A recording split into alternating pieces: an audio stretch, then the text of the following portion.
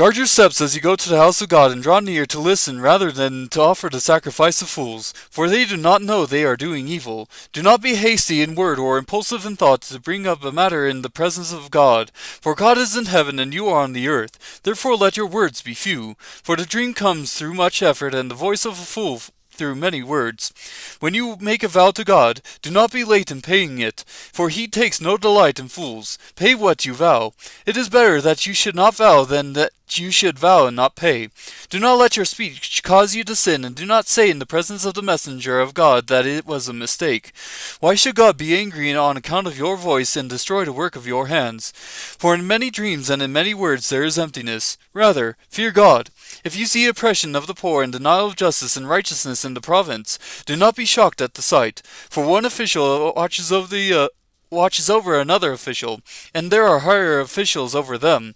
After all, a king who cultivates the field is an advantage to the land. He who loves money will not be satisfied with money, nor he who loves abundance with its income. This too is vanity. When good things increase, those who consume them increase. So what is the advantage to their owners except to look on? The sleep of the working man is pleasant, whether he eats little or much, but the full stomach of the rich man does not allow him to sleep. There is a grievous evil which I have seen under the sun, riches being hoarded by their owner to his hurt. When those riches were lost through a bad investment, and he fathered a son, then there was nothing to support him. As he had come naked from his mother's womb, so he will return as he came. He will not take nothing from the fruit of his labor that he can carry on in his hand. This also is a grievous evil. Exactly as a man is born, thus he will die. So what is the advantage to him who toils for the wind? Throughout his life he also eats in darkness with great vexation, sickness, and anger.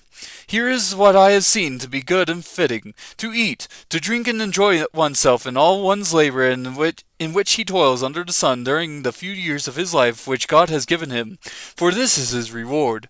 Furthermore, as for every man to whom God has given riches and wealth, he has also empowered him to eat from them and to receive his reward and rejoice in his labor. This is the gift of God. For he will not often consider the years of his life, because God keeps him occupied with the gladness of his heart.